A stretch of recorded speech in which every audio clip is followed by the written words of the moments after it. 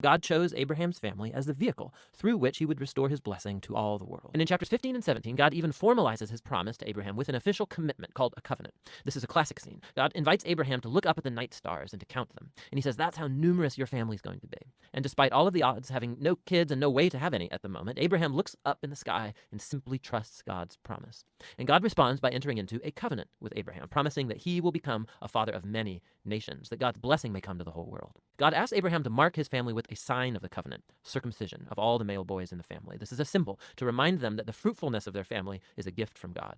And so Abraham has lots of kids eventually, and he dies at a good old age. The book of Exodus. In the first video, we explored chapters 1 through 18, which tell the foundational story of how God rescued the enslaved Israelites by confronting and defeating Pharaoh, while offering a way of escape through the blood of the Passover lamb. God then delivered his people by bringing them through the waters of the sea and then into the wilderness, where, surprisingly, they grumbled and complained. The Israelites are trekking through the wilderness on their way to Mount Sinai, and they're hungry, they're thirsty, and they start criticizing Moses and God for even rescuing them. They say they long for the good old days in Egypt. I mean, it's crazy. So God graciously provides food and water for Israel in the wilderness, but these stories, they cast a dark shadow. And we begin to wonder, could it be that Israel's heart is just as hard as Pharaoh's? We shall see. Now, the second half of the book of Exodus opens as Moses leads Israel to the foot of Mount Sinai, where God invites the nation of Israel to enter into a covenant relationship. And here we reach another key moment in the biblical storyline, because this is picking up and developing God's promise to Abraham. So remember, from the book of Genesis, God promised that through Abraham's family, somehow he would restore his blessing to all of the nations. And here we find out more. God says that if Israel obeys the terms of the covenant, they will be so shaped by God's laws and teaching and justice that they will become a kingdom of priests, which means that they will become God's representatives and show all of the other nations what God is truly like.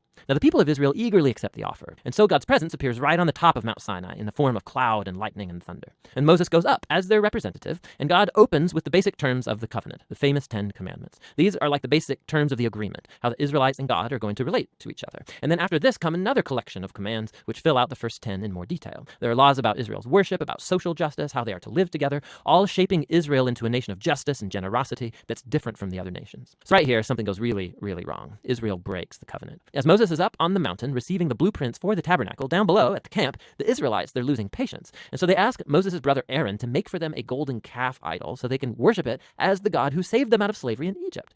Now God's presence, it's right there on top of the mountain. They can see it. But here they are below, breaking the first 2 commands of the covenant they just agreed to. No other gods and no idols. And it all comes together in the final chapter where the tabernacle's finished. God's glorious divine presence comes and hovers over the tent, and our hopes are high. And so Moses, he goes right up to enter into the tent, and he can't. He actually can't go in. And that's how the book ends. It's really surprising, but not really if you think about it. You can see now how much Israel's sin has damaged the relationship with God in more ways than we realized. So the book opened, remember, with Pharaoh's evil, threatening Israel and threatening God's covenant promise. But now, as the book ends, Israel has become its own worst enemy. It's their sin that's threatening the future of the covenant. And so the question as the book closes is, how is God going to reconcile this conflict between his holiness and his goodness and his presence with the sinful corruption of his own covenant people? The solution to that problem is what the next book is about. But for now, that's the book of Exodus.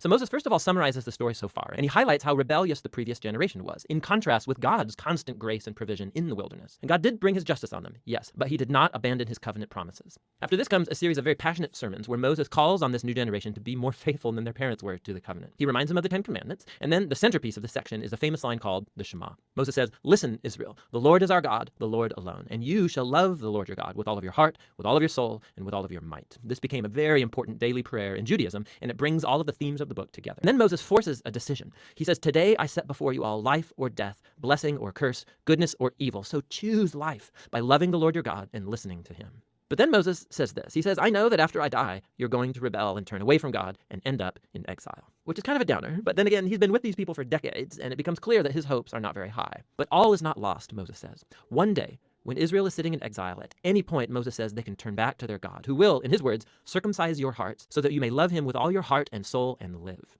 Now, this is a vivid metaphor that's saying something is fundamentally wrong with Israel's heart. It's stubborn and hard. And it's the same thing wrong with the heart of all of humanity. This is going all the way back to the rebellion in the garden. Humans seized autonomy from God. They wanted to define good and evil for themselves, and they ruined God's good world as a result. But one day, Moses says, God is going to do something to transform the hearts of his people so that they can truly listen to and love God from the heart and be led back to true life. And this is the promise that gets picked up by the later biblical prophets, Jeremiah and Ezekiel, the hope for a new heart. The book concludes with Moses calling Israel to be faithful to all of the terms of the covenant. And he describes the blessings of peace and abundance that will result if Israel obeys all of these laws. He also warns them that if they're unfaithful and dishonor God's holiness, it will result in disaster and ultimately exile from the land promised to Abraham.